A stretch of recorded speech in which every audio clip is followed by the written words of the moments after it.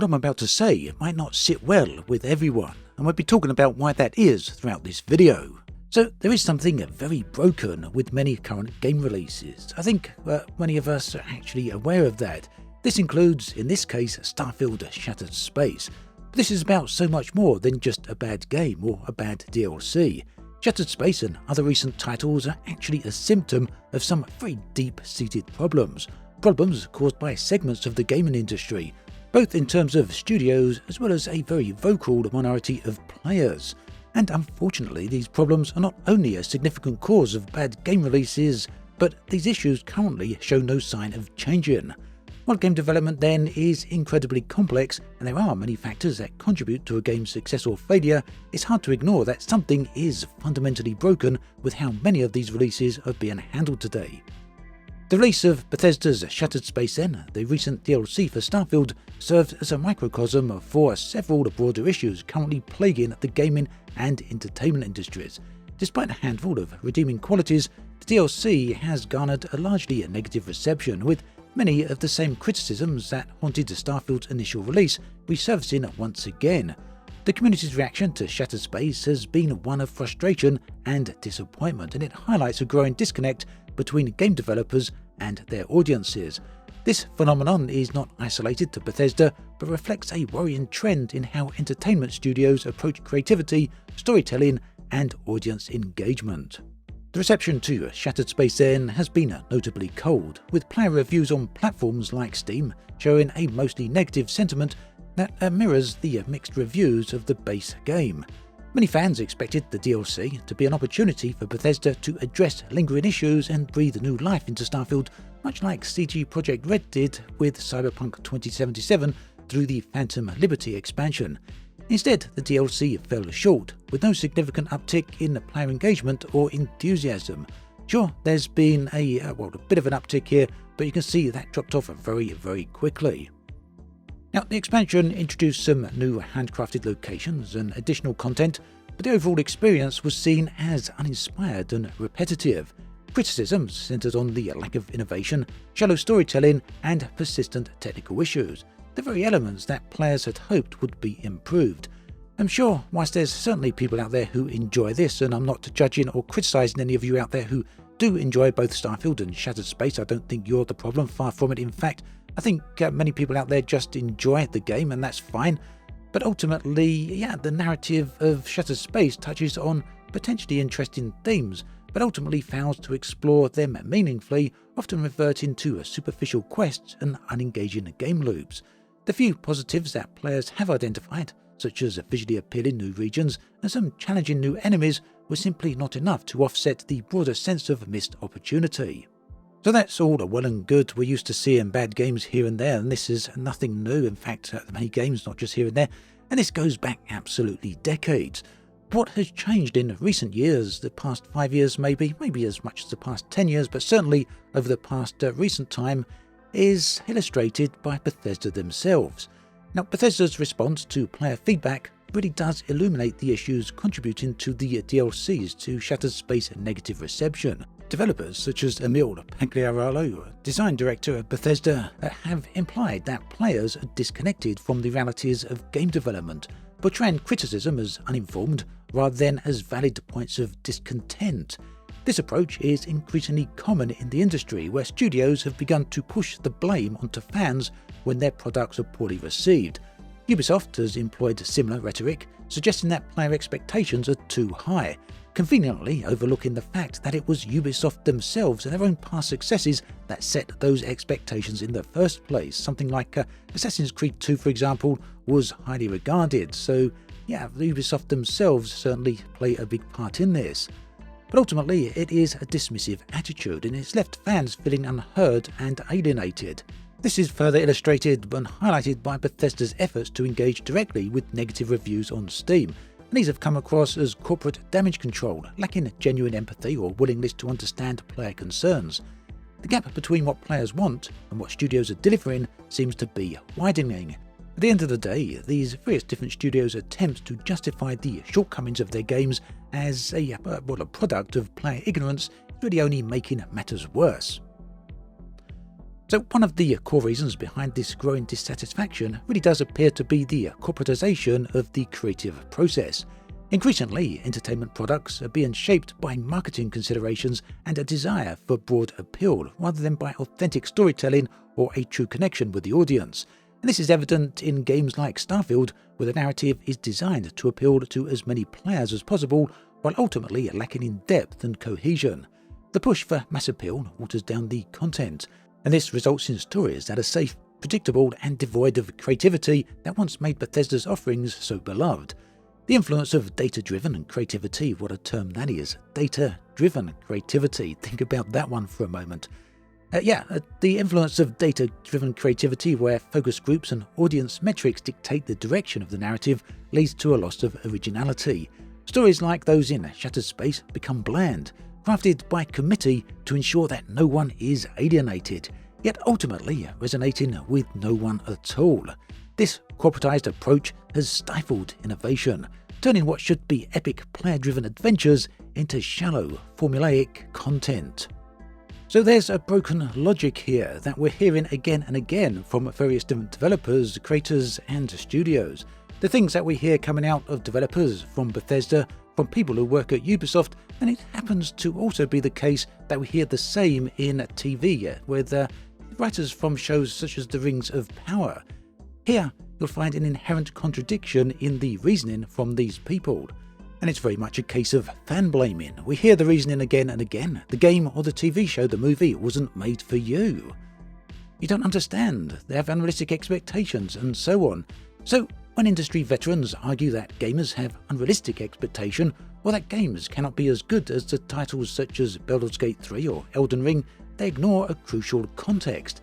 In many cases, it was these people's very own successes that set these high expectations. Games such as The Elder Scrolls V Skyrim, or indeed Elder Scrolls IV Oblivion, and earlier Ubisoft titles such as Assassin's Creed 2 demonstrated a deep commitment to quality, player freedom, and storytelling. These very studios fostered a level of expectation that, whilst challenging, was both earned and celebrated. To now claim that those expectations are too high feels disingenuous and deflective. The fact is, players' standards are indeed high, and this is a direct result of the immersive, high-quality experience that these very studios once delivered. The idea that studios today can't meet those standards suggests a lack of ambition, or perhaps a shift in priorities that no longer centers on delivering exceptional player experiences. This reluctance to evolve or push boundaries contrasts sharply with the work of studios like From Software or Larian Studios, who have demonstrated that meeting or even exceeding these expectations is indeed entirely possible when creativity and player respect are prioritized. So when developers argue that Baldur's Gate 3 or Elden Ring are exceptions rather than models to aspire to, it reveals a sense of defeatism or complacency. This mentality dismisses the clear evidence that high-quality, ambitious storytelling is precisely what players crave and they will support. Elden Ring and Baldur's Gate 3 are not successful because they were easy to make. They succeeded because they took risks, respected player agency, and offered something unique and impactful. Suggesting that games such as these are unique outliers implies an unwillingness to strive for excellence, and it overlooks the powerful draw of authentic, passionate storytelling and gameplay. Now, the argument that players are disconnected from the complexities of game development, and this is something we've heard from quite a few studios, that specifically stating that games are complicated and that players don't understand because they're not on the inside, well, this does have an element of flawed logic. It is true that many players may not fully understand the intricacies of game design, but that does not invalidate the player criticism. Gamers, after all, are experts in their own experiences. They know when a game feels uninspired or when technical issues disrupt their immersion. Dismissing feedback as uninformed is counterproductive, and it ignores the valuable insights players provide. Successful studios use this feedback as an opportunity for growth, while those that dismiss it only widen the gap between themselves and their communities. In stark contrast to Bethesda's approach, developers like From Software and Larian Studios have demonstrated the value of respecting the player community and taking creative risks. Elden Ring and Baldur's Gate 3 and indeed Cyberpunk 2077 are celebrated not only for their quality but also for the studio's transparent and respectful engagement with their fans. These games did not compromise their vision for mass appeal. They succeeded precisely because they trusted their audience and committed to delivering a meaningful experience. The difference then lies in the mindset. Instead of dismissing player criticism, studios like Larian and From Software see it as an opportunity to improve and strengthen their relationship with the community. By doing so, they create a positive feedback loop, one where players feel their voices matter, leading to better games and a stronger fan base. This is a stark contrast to Bethesda's recent stance, where the sense of complacency and defensiveness has led to stagnation and a decline in the quality of their offerings. Another element I want to touch on here does indeed come from the player base rather than the studios. Now, whilst I think it's fair to say that Starfield is in many cases objectively bad, and yes, of course there's room for subjectivity in there, but objectively I think the narrative and many other elements of Starfield are indeed pretty poor. But that doesn't negate the fact that, the nature of the criticism aimed at the game can either in some cases be far too harsh. There's no need to really go off on a full-on rant and be aggressive or antagonistic towards the creators of the games. That achieves nothing, and I think we see far too much of that, both on the internet in general as well as from YouTube. There's a lot of creators out there that really do, go a little bit too far in how they criticize, or how they, it goes as far as attacking people, doesn't it? And then by the other side of things, on the opposite side of the same token, we have players who just are endlessly optimistic. They never want to criticize, they never want to say anything bad, everything is good, and the moment you point out any flaws, any people criticizing are automatically attacked by this particular group. And I think both of these groups have to accept some of the blame for the games industry turning out to be the way it is. It's a sad fact, but ultimately that's the way it is. At the end of the day though, I do feel that the large part of the problem does, in fact the most of the problem, does come from the studios themselves and the large publishers behind them. As I said in this video, it's about corporatism and about ignoring player feedback. The cold reception of Shattered Space N is not merely about the DLC itself. Instead, it is indicative of the broader industry challenges, the corporatized notion of content for content's sake. This approach is failing to connect with the players. Studios like Bethesda and Ubisoft, who once set the benchmark for immersive storytelling and expansive worlds, are now struggling to meet expectations they themselves established. The issue is not that player expectations are unrealistic, but rather that studios have grown complacent and have prioritized market strategies over authentic, passionate storytelling. When we hear of developers and studios pointing towards players having unrealistic expectations or indeed not understanding game development, perhaps these studios should rather engage in a session of self-reflection. Perhaps it's not the players. Perhaps instead, if there really are significant hurdles in the way games are developed, then there are problems with the game development process itself. And this, I think, is only relevant to certain studios. I mean, game development is going to be difficult all round, right?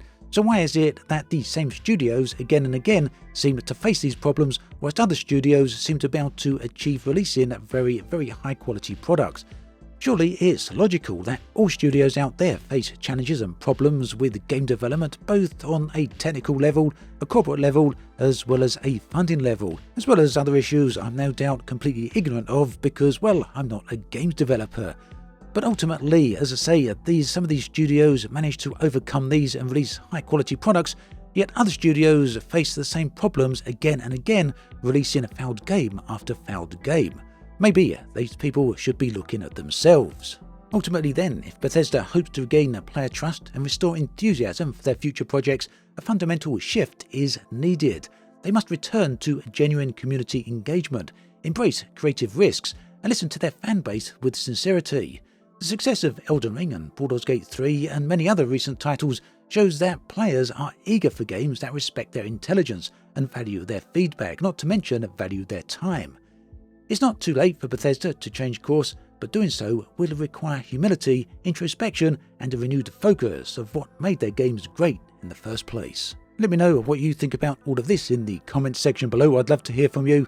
Thanks for watching this video all the way through. Do check out the other video on the screen right here. I'll catch you next time, and do take care.